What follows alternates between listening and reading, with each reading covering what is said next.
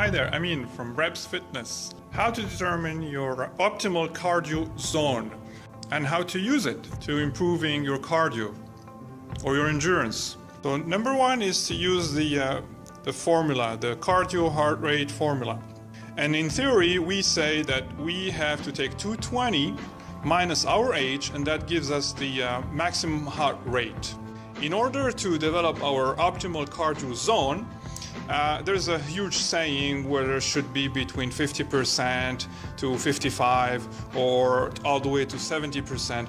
So let's take an average of 60 to 65% as an average. And this is what I use for myself and for my client, and it's efficient. Now, your maximum heart rate times 0.6 to 0.65. And let's take an example. You are 35 years old, so it's that if we take the formula, it's 220 minus your age, which gives you 185. This is your maximum heart rate. This is your red flag. You don't want to go above that because then it could be harmful. So 185 times 0.6, it's 111.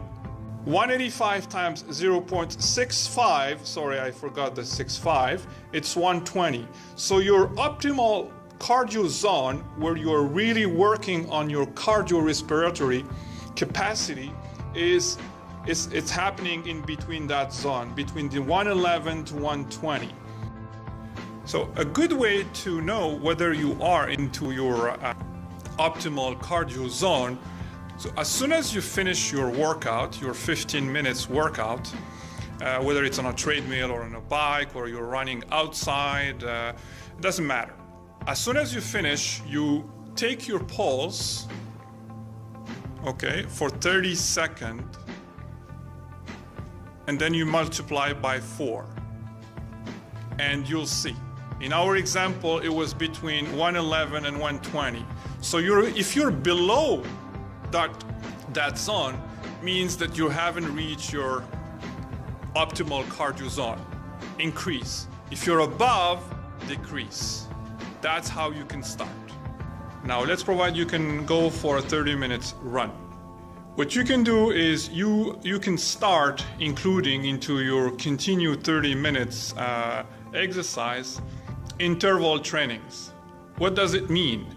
Interval training is that you're getting your heart customized or used to an extreme cardiorespiratory rhythm. So you're pushing your heart to get used to a higher level of training, of intensive training. So that's what basically you're doing. And the way you are going to do that is progressively by, let's say, for example, you're doing 2 times a week jogging, running for 30 minutes. Include 1 interval. The advantage of the interval is that it's short. Let's say you go for between 30 seconds to 2 minutes, up to 3 minutes, depending on your level. And then you take a break. The ratio that I would recommend, especially that it's a high intensive training, it's 1:4. So you go for 30 seconds, you take 2 minutes break. You go for a minute, you take 4 minutes break. And the advantage of this formula is that you do not exhaust your cardio capacity. So you can keep on doing it, let's say for 4, 5, up to 10 series without really fatiguing your heart. That's the advantage. And the best way to introduce it is, say you do 2 times of continue running, include 1 interval with a maximum of 2. This is what I would suggest. Above 2, it might be a little bit risky unless you are in a kind of a top elite training.